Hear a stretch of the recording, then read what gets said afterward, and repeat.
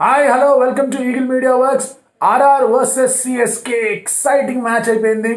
ఆర్ఆర్కి చాలా అంటే చాలా ప్రాబ్లమ్స్ వచ్చాయి. జాస్ బట్లర్ లేకపోవడం, బెన్ స్టోక్స్ లేకపోవడం, కానీ ఆ తర్వాత వాళ్ళకు ఉన్న దాంట్లో వాళ్ళు అద్భుతంగా ఆడారు. అండ్ ఈ మ్యాచ్ మనం 4 డివిజన్స్లో విభజించుకొని మనం మాట్లాడుకుందాం. So welcome to eagle media Works presents IPL analysis brought you by Melu academy.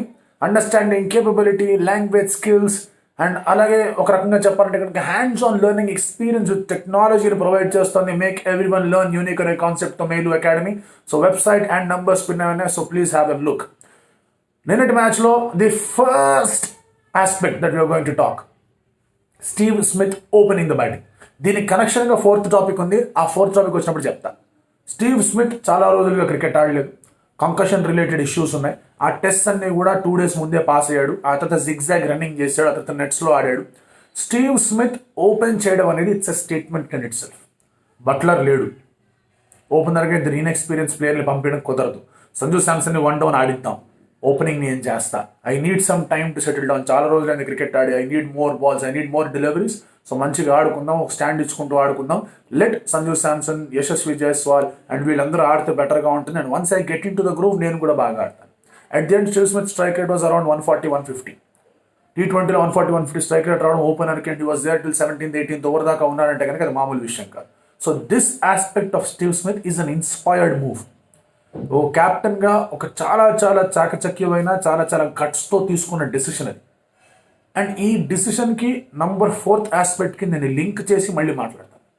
Second aspect ఏంటంటే ఒక్క బౌన్సర్ వేయలేదు స్టీవ్ స్మిత్కి. ఒక్క బౌన్సర్ కూడా వేయలేదు చెన్నై సూపర్ కింగ్స్ బౌలర్స్. లొంగిసాని, ఎంగిడి అంత పేస్తో 2-3 బౌన్సర్లు వేసుంటే కనుక స్టార్టింగ్ 2 overs స్టీవ్ స్మిత్ని నిజంగా ర్యాటిల్ చేసే అవకాశం ఉండేది. That is aggressive cricket. అది జరగలేదు. మేబీ కన్కషన్ రిలేటెడ్ ఇష్యూస్ నుంచి వచ్చారు కాబట్టి కాషియస్గా డిసిషన్ తీసుకున్నారా, కైండ్గా ఉన్నారా, ఇవన్నీ మాటలు మనం మాట్లాడకూడదు. కానీ you have to be aggressive. ఒక్క బౌన్సర్ కూడా రాకపోవడం అనేది పెద్ద సమస్య. సంజు శాంసన్ కూడా ఒక్క బౌన్సర్ వేయలేదు. మిడ్ రిఫ్లోకి బాల్ వేశారు అండ్ ఆ స్లోనెస్ ఆఫ్ ద వికెట్తో, ఆ పేస్తో ఈజీగా 6లు కొట్టడానికి వాళ్ళకి అది చాలా కలిసి వచ్చిన అంశం అది. సో ఈ ఆస్పెక్ట్ కూడా Chennai Super Kings somehow they have not done it perfectly.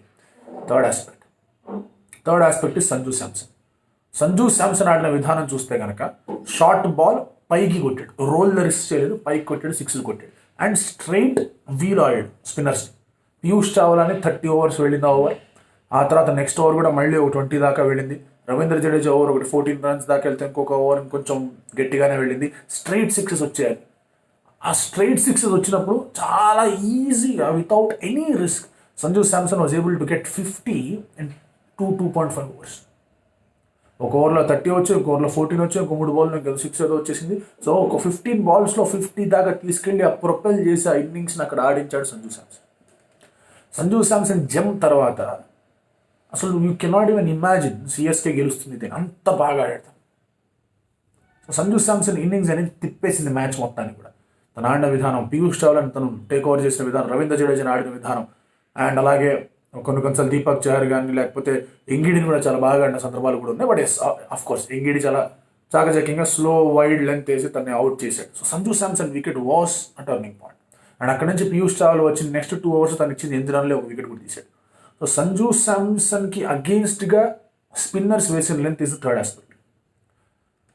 Fuller length వేశారు, ఇన్ ది ఆర్క్ వేశారు తనకి. అండ్ మధ్య 2-3 balls వచ్చాయి, కొంచెం షార్ట్ ఆఫ్ ది లెంత్ వేశారు, కొంచెం వైడ్ వేశారు. ఆ బాల్స్ రన్స్ వెళ్ళలేదు. ఇన్ఫాక్ట్ ఉతప్ప వేసిన వికెట్కి was made to come down the track. So అలాంటి లెంత్ వేయలేకపోయారు. అండ్ రాజస్థాన్ రాయల్స్ స్పిన్నర్స్ అదే లెంత్ వేశారు, కొంచెం back of the length, making them use their feet. కొంచెం షార్ట్ ఆఫ్ ది లెంత్ వేశారు. Watson wicket was little unfortunate. తను కొంచెం ఆ పేస్ని జడ్జ్ చేయలేకపోయి అవుట్ అయిపోయాడు. బట్ అదర్వైజ్ మీరు చూసుకుంటే కనుక గైక్వాడ్ స్టంప్ అవుట్ కానీ, శామ్ కరణ్ స్టంప్ అవుట్ కానీ రీచ్ అయ్యేట్టుగా చేశారు. శామ్ కరణ్ అంతకుముందు 6లు కొట్టాడు, కొంచెం తన ఆర్క్లో కనిపించింది. కొంచెం పుల్ బ్యాక్ చేసి కొంచెం డిప్తో కొంచెం ఫ్లైట్ వేసి ఇస్తే ముందుకు రావాల్సి వచ్చింది, కొంచెం పర్చేజ్ లభించింది అండ్ దాంతో స్టంప్ అవుట్ లేరు ఇద్దరు కూడా. So Tewatia was excellent. తన ఒక చుపారుస్తంలో వచ్చాడు. చాలా మంది అనుకున్న వై తెవాటియా నేను అడిగారు కూడా. తెవాటియా కొంచెం బ్యాట్ కూడా చేయగలుగుతాను, రన్స్ కూడా కొట్టాడు నేను. So Tewatia was always a better choice అని మార్కండి. అండ్ శ్రేయస్ గోపాల్ ఎడిదిరి వాళ్ళ స్క్వాడ్లో ఉన్నాడు. సో వాళ్ళిద్దరు స్పిన్నర్స్ కూడా చాలా చక్కగా వేయడంతో ఆల్మోస్ట్ 4 wicket స్పిన్నర్స్ తీశారు. ఇప్పుడు జరిగిన మ్యాచెస్ అన్నింటిలో కూడా 4 matches స్పిన్నర్స్ కాంట్రిబ్యూషన్ ఉన్న మ్యాచ్ ఏదైనా ఉందంటే రాజస్థాన్ ఆడిన నిన్నటి మ్యాచ్. సో అంతటి బ్యూటిఫుల్గా ఈ మ్యాచ్ని మనం డివైడ్ చేసుకోవచ్చు. సిఎస్కే స్పిన్నర్స్, ఆర్ఆర్ స్పిన్నర్స్ ఏం జరిగింది. Next the fourth important aspect నేను మాట్లాడేది ఏంటంటే, ఫోర్త్ కన్నా ముందు మనం మాట్లాడుకోవాల్సింది ఆ స్లైడ్ రాజస్థాన్ రాయల్స్కి ఏదైతే వచ్చిందో. సంజు శాంసన్ వికెట్ తర్వాత టక వికెట్లు కోల్పోతూ వచ్చారు. 19 ఓవర్స్ 186, 200 కూడా చేరరా అనుకుంటే రబాడా వచ్చి నో బాల్స్ మీద నో బాల్ వేసి 30 రన్స్ ఇచ్చాడు ఒక ఓవర్లో. సో ఒక ఓవర్లో 28 రన్స్ పీయూష్ చావ్లా, ఒక ఓవర్లో 30 రన్స్ రబాడా. 2 ఓవర్లో ఆల్మోస్ట్ 60 రన్స్ వెళ్ళిపోయాడు. సో 2 ఓవర్స్లో 60 రన్స్ ఒక squad gives, more often than not you lose. అదే జరిగింది. సో నా సిఎస్కే బ్యాటింగ్ చేసినప్పుడు మధ్యలో లల్ పీరియడ్ ఒకటి వచ్చింది.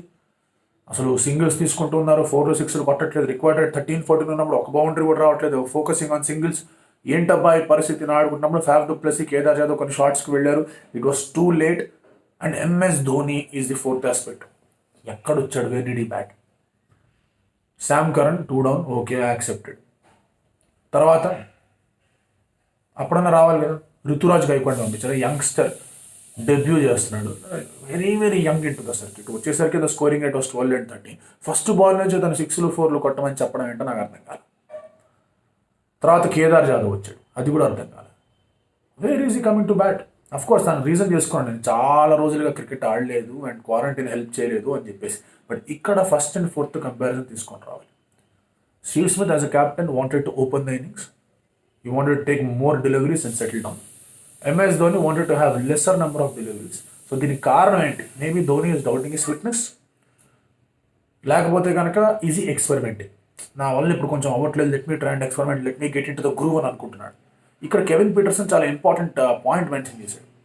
ఇనిషియల్ స్టేజ్ ఆఫ్ ది టోర్నమెంట్లో ఎక్స్పెరిమెంట్ చేయడం కరెక్టే, నిజమే కాదనట్లేదు, but not at the cost of the main players not getting the batting.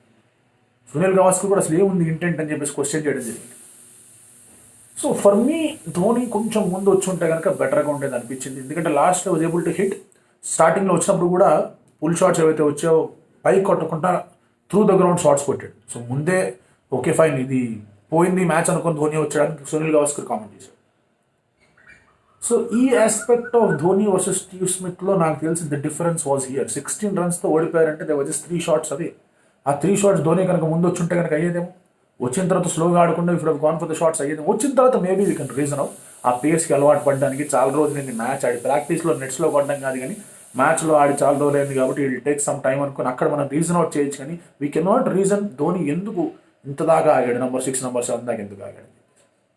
Faf du Blessy చాలా అద్భుతంగా పోరాడాడు. ధోని కనుక ముందు వచ్చి కొంచెం సపోర్ట్ ఇచ్చుంటే కనుక CSK might have won this. Highest chase record CSK మీద ఉండేది. ధోని రాకపోవడం అనేది డెఫినెట్లీ ఆ question mark. And Harsha Bhogle tweet చేశారు, వేర్ ఇస్ ధోని గోయింగ్. ఆ తర్వాత హియర్ వి గో అని చెప్పి తర్వాత మళ్ళీ got into the groove. ఎక్కువ బ్యాటింగ్ చేయలేదు కాబట్టి ఇంతవరకు లేట్ అయింది అన్నాడు. బట్ 3 షాట్లు అద్భుతమైన షాట్లు కొట్టాడు.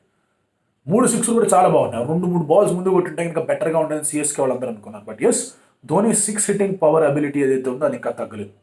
ఏ బాల్ అయినా 6, షార్ట్ బాల్ 6కి లేపాడు, ఫుల్లర్ లెంత్ 6కి లేపాడు, వికెట్ మీద పడిన ball almost block hole ball మళ్ళీ 6కి లేపాడు.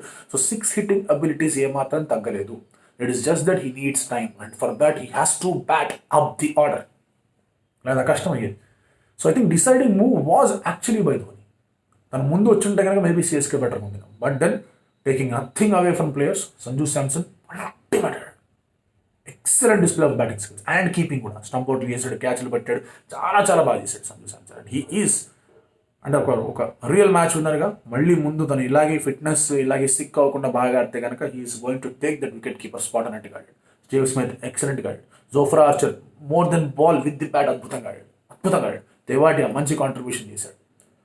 Faf played well, Watson gave them a good start. But ఎందుకో still CSK will have to do something. No balls విషయం మనం మాట్లాడుకోవాలి. పీయూష్ చావ్లా ఒక నో బాల్ వేసాడు, నెక్స్ట్ బాల్ 6కి వెళ్ళింది. లుంగి ఎంగిడి 2 నో బాల్ వేసాడు, ఆ బాల్స్ అన్ని 6కి వెళ్ళాయి. So 3 no balls resulted in 3 free hits. All 3 went for 6. So 21 runs ఈ 3 బాల్స్లో జరిగాయి. ఆ 3 బాల్స్ లేకుండా ఉంటుంటే 21 రన్స్ తక్కువ అయిపోయింది. 200 లోపల వాళ్ళ స్కోర్ ఉండేది. సిఎస్కే కూడా వన్ ద మ్యాచ్. ధోని ఈ కామెంట్ కూడా చేశాడు. సో ఎక్స్ట్రాస్ కూడా చాలా ఇంపార్టెంట్గా అవుతాయి. బట్ ఓవరాల్గా చూసుకుంటే కనుక Rajasthan was always the better side right from the first. So ఇప్పుడు ధోని చేయాల్సిందంటే bowlers will go for runs boss. మనం నుంగి ఎంగిడినో పీయూష్ చావ్లానో తిట్టలేము, అనలేము, ఇది రీజన్ అని చెప్పలేము. T20 ఫార్మాట్లో గట్టిగా ఊపుతూ ఉంటారు, పోతే ఏదో ఒక match bowlers will go for runs.